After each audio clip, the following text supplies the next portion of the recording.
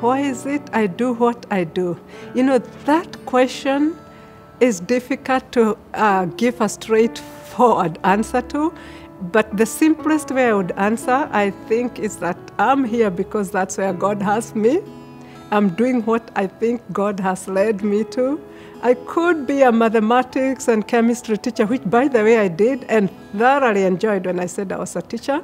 I feel so fulfilled about doing what I do and believe that it was God's calling for a position like this to have been created for me. I didn't start out working for Messiah as a director of spiritual care. This is something that evolved over the course of my being here. And I don't think that there has been so much of a change in what I do or had been doing.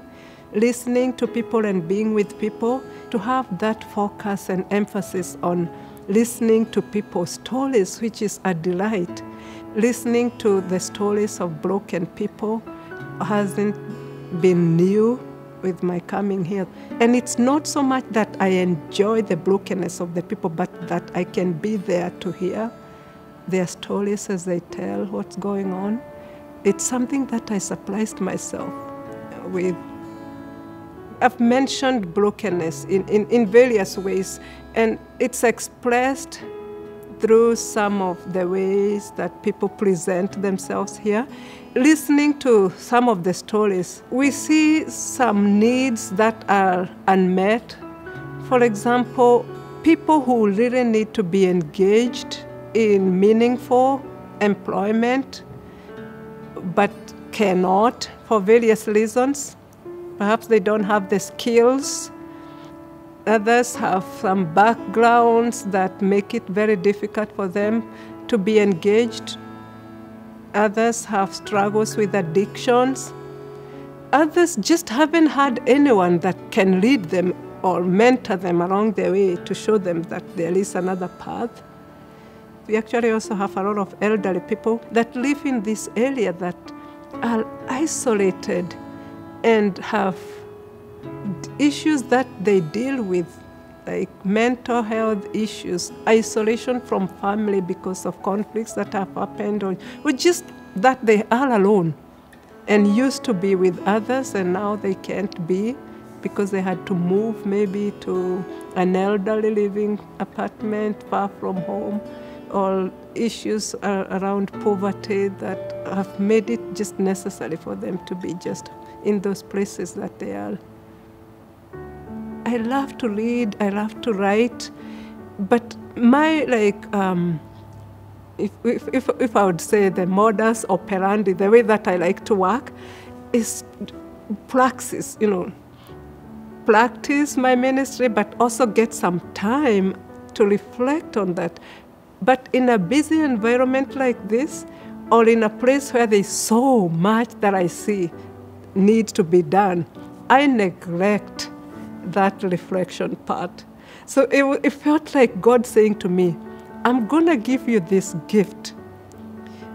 Keep doing what you're doing, do the work, but you'll be getting these 2 days in a nice place. Go be with this great team and do your reflection. What in the program is helping me in this process, or generally through my work here, as I'm developing my confidence as a public leader, and I am becoming more aware of my grounding as that person here, which I had a hard time even naming, but I find that by being engaged in this context, that's being affirmed, and it's helping develop that confidence in me about what I'm called to do as a public leader. And like I mentioned earlier on, that praxis, the reflection part of that, and processing, to have that forum to process what's going on in my ministry, what's going on with someone else's ministry, and bringing these stories and identifying my place in some of this has been really helpful. Right now we are doing on poverty, and I'm putting my ears, open to hear how people view that when we do education, criminal justice issue, and hear where people are at with this. It's so informative that there is something that is helping focus me around something that we will discuss at length during the 2 days that we will be together. I would say the validation of the standing of the church in society. I will say this because of the leaders that we have invited and practitioners that have I think all of them have indicated the important role that the church plays.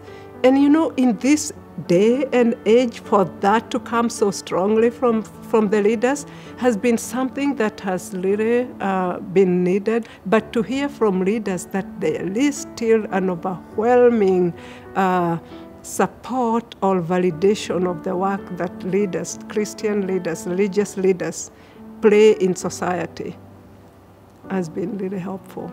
So that I know as I work that many people out there are looking to the church. And I know it because I also see people who don't care about church or religion, but they still come here because they think it is a safe place where they can bring their problems and hopefully have someone hear them and walk beside them.